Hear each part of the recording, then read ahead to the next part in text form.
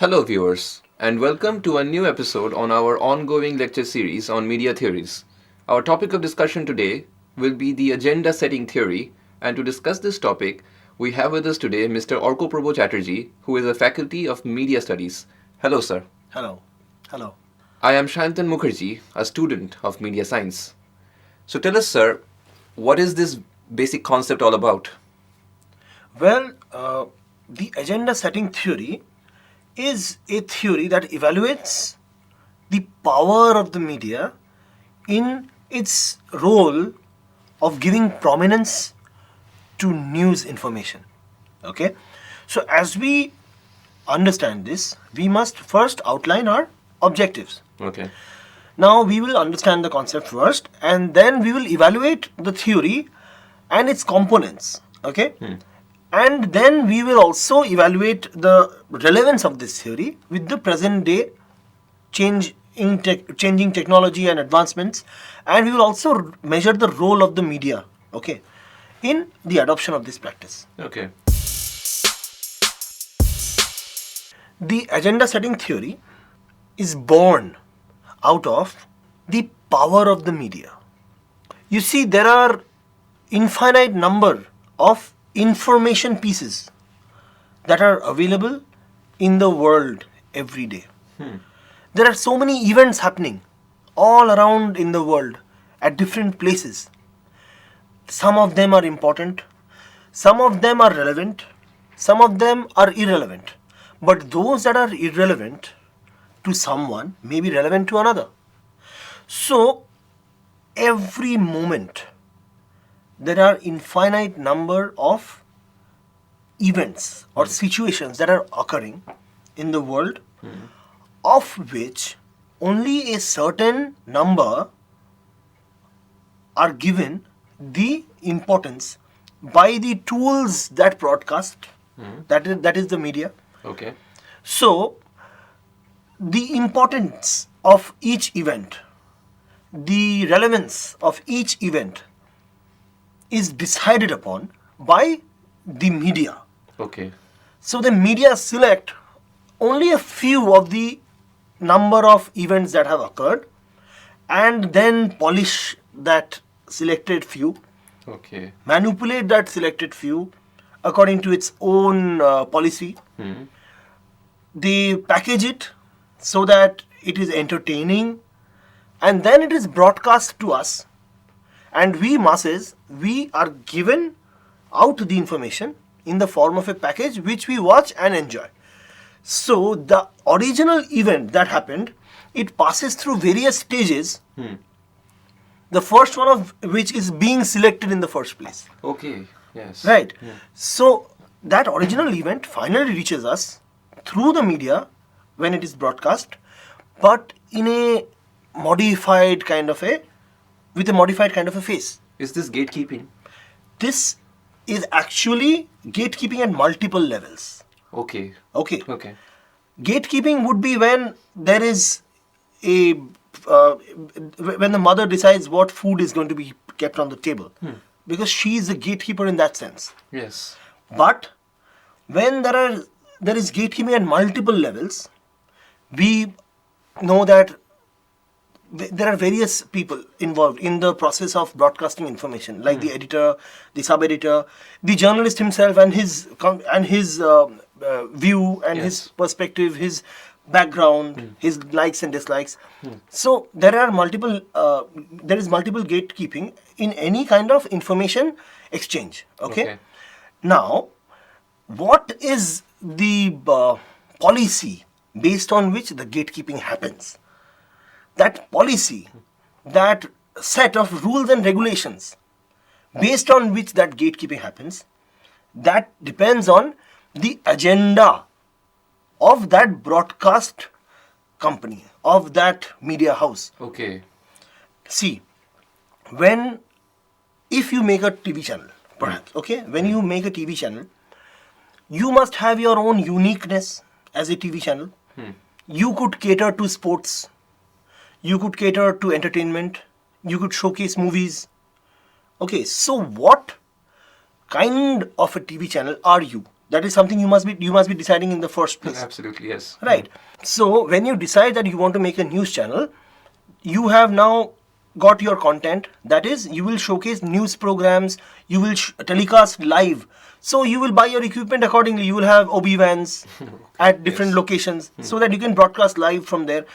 And your characters will include the journalists and the presenters. Now, on your agenda, that was the first point that you can give a take upon right now. Now you're making a TV channel, understand that, Yes. right? So, secondly, now you have to understand that what kind of a television channel do you want to make? Is it going to be a channel that gives more interest to sports? Is it a kind of a news channel that is absolutely politics based? Okay. Is it a news channel that gives out business information? Okay.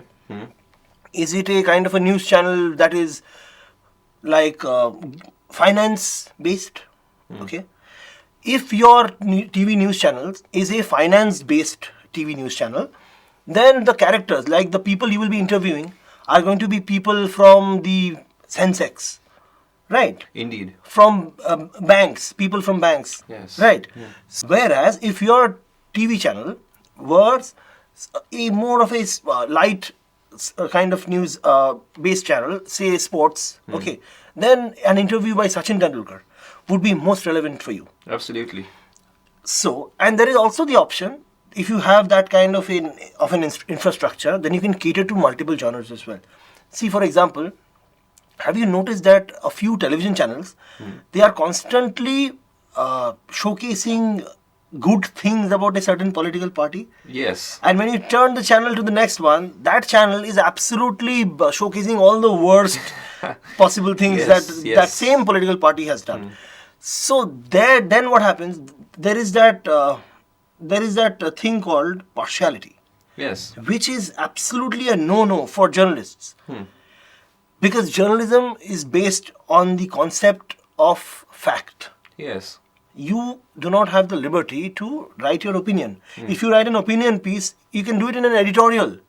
Or you can speak out in a panel discussion. True, yes. But if you are giving out information, you should be sticking to the point and giving out the Yes. exact fact. Yes. Now that is what would happen if this was journalism in the perfect world. So, sir, then according to you, this normative theory is non-existent in the present TV channels. No, absolutely not. You see, the normative theories Yes. outline the media systems in different kinds of countries. Okay. Say a democracy, whereas in a communist country, there is more control over the media systems. Okay.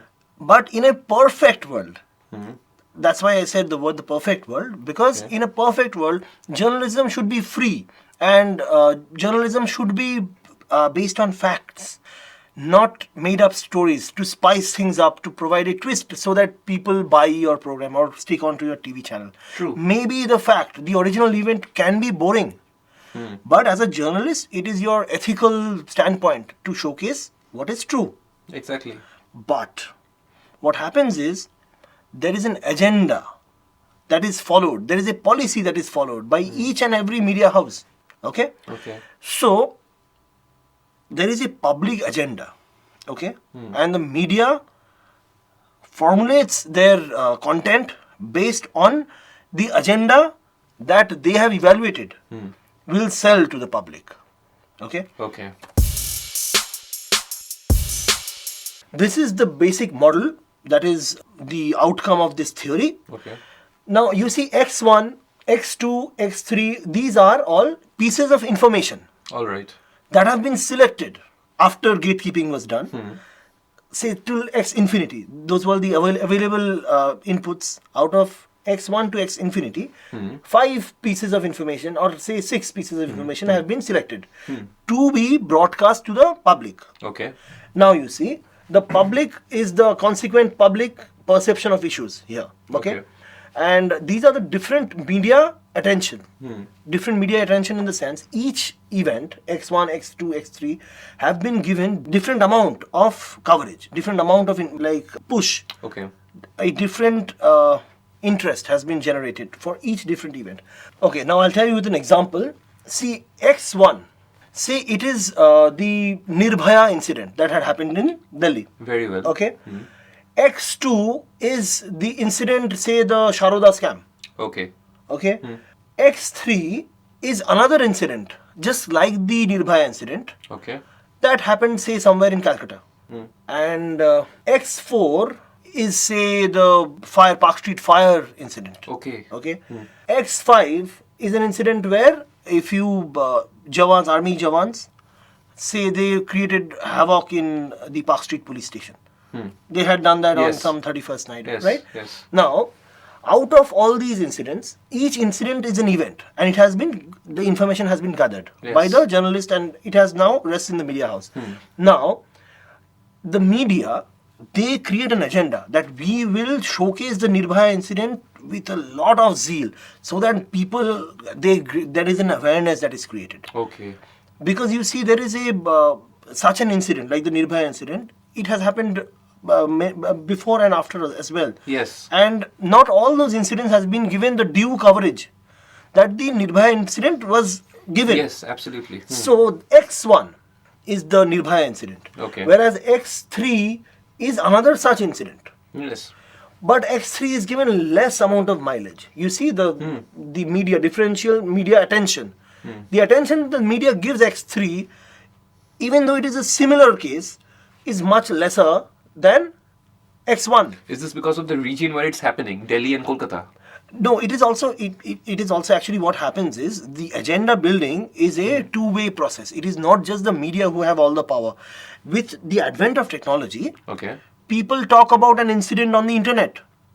After an incident happens and it is showcased on the media, people start talking about it. Yes. Not just in coffee shops, they also talk about it in social networking sites. And things start to trend. The media is always on the watch as to which of these incidents keep trending. Now, once an incident has gathered, say, steam, then the media is bound to give attention to that incident because people are talking about it. Okay. If the media showcases something in that regard, people will turn on to their TV channels. Okay, yes. So, that is why, in most cases, so it's a two-way process. Means the media is dependent on the public agenda as well, like I said before. Okay. So, X1 is, say, the Nirbhaya incident, is given the most amount of media attention. And thus, the X1 that was here, the size you can see, it has turned into X1 on the right. The public perception of the issue has been enlarged and it has been established as a very, very dominant and a very, very, very great and sad incident which is going to be historical. Okay? So, whereas X3 was another such incident that happened in Barashat, which the national media did not give as much attention. And thus, the outcome of X3 was much lesser than the Nirbhaya X1. Okay. So you see that X1 thus has become a historical incident, whereas Yes. X3 goes out of the minds of the people in some time. Okay. Now let us come to X5. Say X5 was the event where the army people, they vandalized the Park Street police station. Yes. Now, in that event, it could be it can be a showcase of the chaotic relationship that the army shares with the police, perhaps. Yes. Where they come and they do so much of harm to the police officers, but there is no such action that has been taken. Okay. Now, the media was also perhaps not allowed. Maybe it was on their agenda, but they had forcefully, there was an agenda that was placed on them that you cannot say anything which is against The army. The army, perhaps. Yes. So the X5 incident was not given its due attention and it remained a small speck in the long list of available information of the information river that is constantly flowing, and people forgot about it. And thus there wasn't any hue and cry that would have actually resulted in a case being made in this regard against those army men, right? Actually. So this is how agenda, that is like the media attention, the differential media attention. The media does not give equal attention to every incident. Some incidents are highlighted, some aren't. So those which are highlighted, they become X1. Those which aren't are like X5. Okay? Because information events is just like time. It happens regularly and it's infinite. Of the selected ones, differential media attention results in the outcome of broadcasting that information. Okay.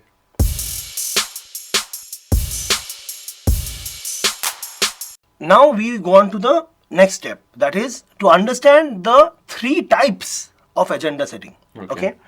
The first is the public agenda setting, the second is the media agenda setting, and the third is the policy agenda setting. Okay. Now, what is the hypothesis in regard is the dependent variable, means the agenda is being set based on its dependence to what? Is it to the public? Is the agenda based on the manifestation or on the thought of the public, or is it the media?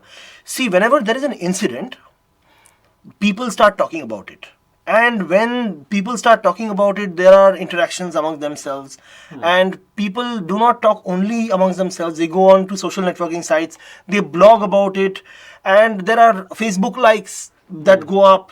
People share the videos of such an incident, and what happens is there is a hype that the public themselves create. Yes. Okay. And once there is such a hype, the media are bound to cover that event which the people are talking about. Okay. Okay. And when people are talking about something, that is what is hot property at that point. And people and all the media people, they rush in to cover any incident which is in that regard, that has any connection to what those people, what the majority number of people are talking about. Okay. So the variable in this case is the public. Public may not talk about something that the media thinks is important. Okay. Whereas the public may suddenly start talking, and things may go viral about something that the media would probably not have thought to give in a second thought or a coverage to. Okay. Right. So in this case, the dependent variable is the public opinion. If the media influences our thinking, then how can we think about something which the media does not consider as relevant? See, what happens is when there is an incident, when the media is not present, it is not possible for the media to be omnipresent. Obviously. The media can cover certain incidents and they can gather information through other sources or some other incidents. But there are instances where we citizens play journalist by using our smartphone, and we click a picture, say, of a police brutality or of an accident perhaps. Okay. Now when we click a picture of that accident and we put it up on a social networking site, people start liking that picture or disliking it, and they share it, they put in their comments, and there is a chance that it goes viral. Okay. And the media may not have had access to that picture itself, because you or me as a citizen thought of it as our duty to showcase the apprehension or the cause that caused that accident. Okay. Yes. Right? Absolutely. So the media now gets the cue from the public agenda, All right. and gives that incident its due coverage and attention. All right. Yes. Because the public has triggered that flame. So that is the first type of agenda setting, which the public decides. Okay. Where the public decides. The second type would be the media agenda setting. That is what the primary way things have been happening till now, and because the advent of the internet came much later. This is what has been going on for a long time. The mass media was always controlled by media houses, not by citizens, like it is now happening now.